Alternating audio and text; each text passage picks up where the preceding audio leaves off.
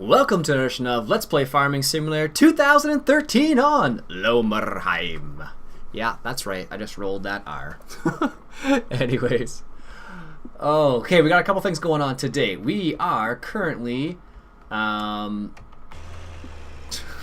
slowly but surely cultivating this field right here.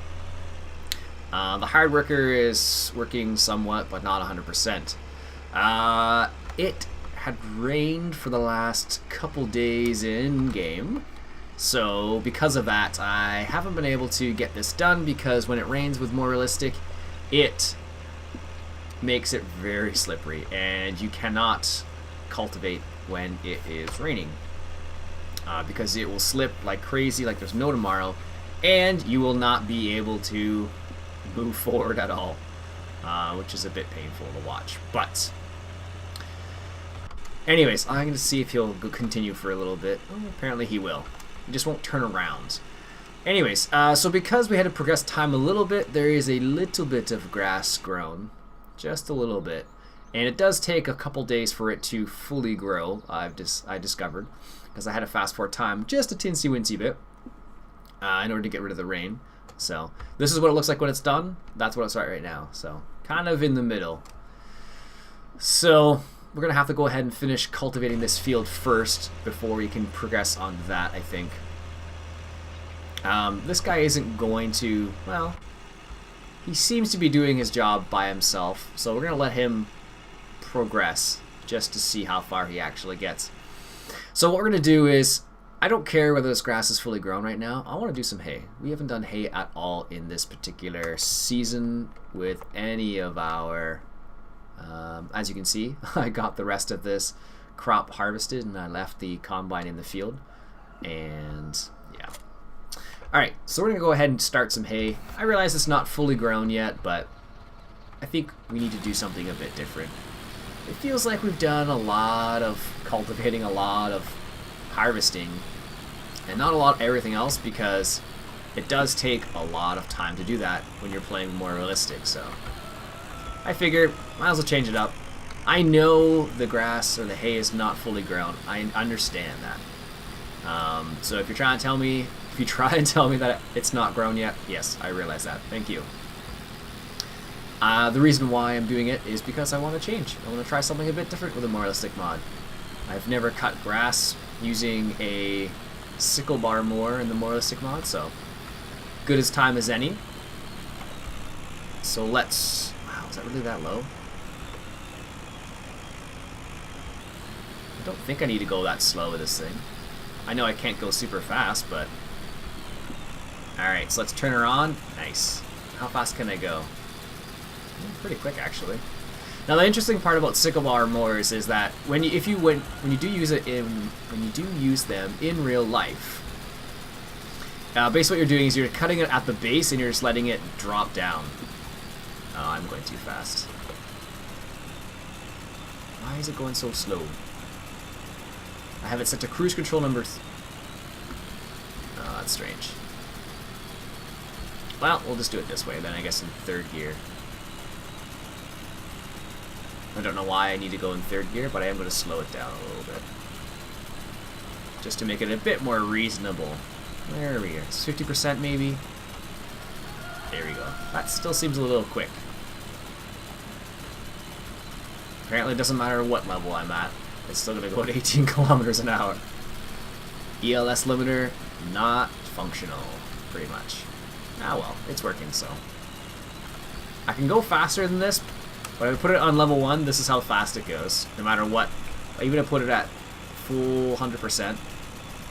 2 is same thing. I forget who mentioned it, but someone mentioned a while back that because I have the more realistic mod installed, it actually just changes. It changes it a little bit, the way the cruise control works. So that's the reason why it's not functioning as per normal. So I forget who said that. So thank you. Now, the funny thing, like I said, about the sickle bar mower is that you're basically just cutting it at the base and letting it flop right down. So it's actually, if I remember correctly, it makes it a bit more difficult to dry, because you're basically just putting a blanket of hay on top of each other. So when you actually try to dry it, it's a bit more difficult, if memory serves. Correct me if I'm wrong, but I think that's the way it works with the sickle bar mower. It's actually a bit more difficult to dry it like this.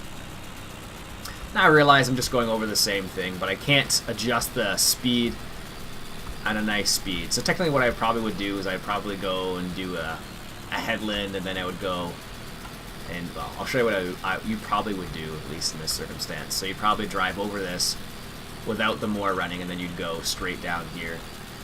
And then I think what would happen is you'd kind of do like a oval circuit type pattern. I think that's the way it would work, at least. But I don't know. I think that's the way it would work. So now that I've gone over it, I could drive over the same stuff again. But with this particular speed, with more realistic mod, it's not working the way I want it to right now at all. Oh my goodness, it's not at all. But we are cutting some hay, so I'm happy about that. So this is the other option, I suppose, is going slow and then kind of hitting the throttle every now and then. It's kind of strange that you can't just set the throttle with a more realistic mod. It doesn't like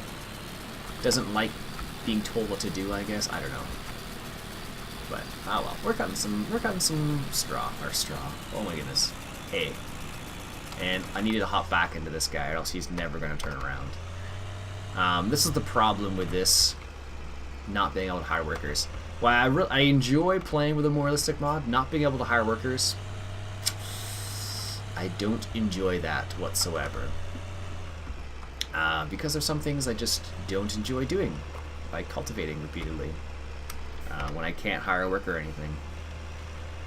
Now, shortly after the last episode, I don't know if you realize this or not, I ran into a situation where I was like, hey, you know what? I could have bought a seeder that cultivates for me. And after the fact, I was kind of like, yeah, I probably should have bought that one. So at some point we may exchange that cultivator for a seeder, or we may get a bigger seeder. One of those options. Alright, nice. We almost have a full field of hay cut, which is good. Now, I wrote a, I don't know if I'm not sure if you guys read my my farm education website, but I wrote a post a while ago about the potential of starting a farm and making it solely a hay farm. I wrote it a while ago now, so it's most likely you haven't read it or you've never heard of the website. It's usually in the link in the description, and it's just a link to a page about doing the Let's Plays. But anyways, reminds me I need to update that page actually, or make the other website. I haven't decided yet. Haven't pulled the trigger on it yet. I think I will. I just haven't done it for whatever reason. So, anyways, the post was about starting a farm, and like me personally starting a farm, but focusing solely on. Ooh, that's not gonna work. Solely on doing hay. Because, well, basically what happened was I had a conversation with my father-in-law, and we were talking about, starting farms and potential types of farms and whatnot. And one of the things he brought up was, it's possible to start a farm and be a profitable farm just doing hay. And I've probably mentioned this before, and I have that habit. It's one of those things, I guess it runs in the family, of mentioning stories that have been long past, or that's happened a long time ago. But anyways, it's an interesting topic because one of the suggestions that he made was actually starting with a sickle bar mower potentially. And the only reason why he mentioned it was because the price of sickle bar mowers, like the cost of a sickle bar mower, is way, way lower than, let's say, a mower conditioner, which is much more expensive. More expensive to run, more expensive to maintain, everything. So he suggested potentially looking at a sickle bar mower, because you can get them like under $1,000. I don't know how good they are for under $1,000, but you can get them for under $1,000. So let's just turn this off, and let's take a quick peek. So this is what the sickle bar mower looks like. This is a John Deere, I guess, type, but there's ones that go just straight on the 3-point hitch in the back too. But basically, the nice thing about sickle bar mowers is the amount of horsepower you actually need in real life is quite low. So you can get away with having a much smaller tractor to use with a sickle bar mower. Does this say how much horsepower you need? No, it doesn't, of course. Do any of the sickle bar mowers? Let's just take a quick little peek. There are a couple of them in the classic pack, I want to say it is. How much does it say? 2.7? No, it doesn't say for that, of course. For the more realistic, so this like a low end is 13 horsepower and 50 horsepower is the top end for this sickle bar mower. And it doesn't say for this one, and it doesn't say, that's the other one. What about for the Ford? Does it say for the Ford? No. Anyways, so that gives you an idea of how much horsepower you actually need. So 50 horsepower is the top end for one of these things. So if you can pick up, like even, let's say this is the price, 2,000 for something like this, like you could probably get a newer one for 2,000.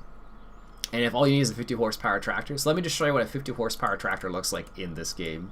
And it would be very similar in real life. Where are we here? Buttes, harvesters, front loaders, tractors. So this tractor right here, do I have anything smaller than this? This is a 38 horsepower. 72, 38, 40, 75, 55. I don't even have a tractor that's that small. Okay, so this tractor, the Gildner, 38 horsepower, could run that far sickle bar mower. And these types of small tractors are pretty darn cheap. Like this is expensive, I probably, for this type of tractor. But I don't know. I don't know much about Gildners or Buchers or any of those tractors. But let's say if you get like an older New Holland or an older John Deere, like $15,000. Let me give you a real life example. My sister-in-law bought a John Deere, I think it's a 4230 for $15,000, which is like a 100 horsepower tractor. I think that's what it was, at least. Just to give you an idea. So a 100 horsepower tractor for $15,000 versus a 38 horsepower tractor for $14,000. Yeah, and the John Deere, I think it was a John Deere 4230, had an enclosed cab with air conditioning, and yeah, all that. It wasn't a brand new one, but it was pretty good. So consider that. Like, that's ridiculous. Anyways, so you can use a sickle bar mower on this tractor, and then you can use a small baler. And the reason why you would use a small baler in this circumstance is that the people you're catering to aren't going to want huge bales. They're going to want, where is it? So you could do rounds with something like this. This is probably 30,000 is probably pretty accurate, actually. But you would probably use, where is it? Something like this. This is like a small square baler, and you would use something like this, and you can get these for 10. I think I priced it out, but I can't remember how much they cost. But you can get them for around 10,000 as well. And the reason why you want a small one like this is because people want to be able to handle the small bales, and they want to be able to move them around themselves without having the use of big machinery. Because let's say you're catering to horse farmers, and horse farmers don't always have, well, hobby horse farmers, I'll call them, don't always have all the equipment for or to move large bales. So anyways, so that's my little side rant about starting a hay farm. I like the idea. It's kind of cool. If I were to do it, I would definitely not rely on it solely. I would do something else, like teach, for example, or something like that, as well as do the hay farm. Just because I'm not an expert when it comes to farming, and if I were to start something like this, I would need to have the capability of doing it, and in order to be able to do it, I would need money, etc., etc. Anyways, we have come to the conclusion of this particular episode. I have rambled on a little bit about hay, but we also finally cut some hay for the very first time, even though it wasn't fully grown. But now we have a hay field we need to deal with as well. So we shall deal with that next episode with our... Where is it? Where are you? With our fancy rake right here. I've actually used one of these rakes before, and they're actually pretty... they're pretty easy to use. Typically, you would use... Well, I used it for, I think it was second cut. We were using it for, and we were putting 2 rows into one just because there wasn't that much material. Anyways, we will use that next episode on our field there and get that done. And for this as well, you don't need a super powerful tractor. So, anyways, and you can still find these as well, cheap. Anyways, I'm going to stop now. Alright guys, my name's Ian Robson. This has been Farming Simulator 2013. Apparently I'm full of energy today, which is excellent. Because lately I've felt like I've been a little lower on energy. I don't know why. Probably just been recording later in the day. Just the way it works out. But you are getting an episode a day, so we will deal with this next episode. So, anyways, my name's Ian Robson. This has been Farming Simulator 2013. And we're playing on Lomerheim. Catch you guys later.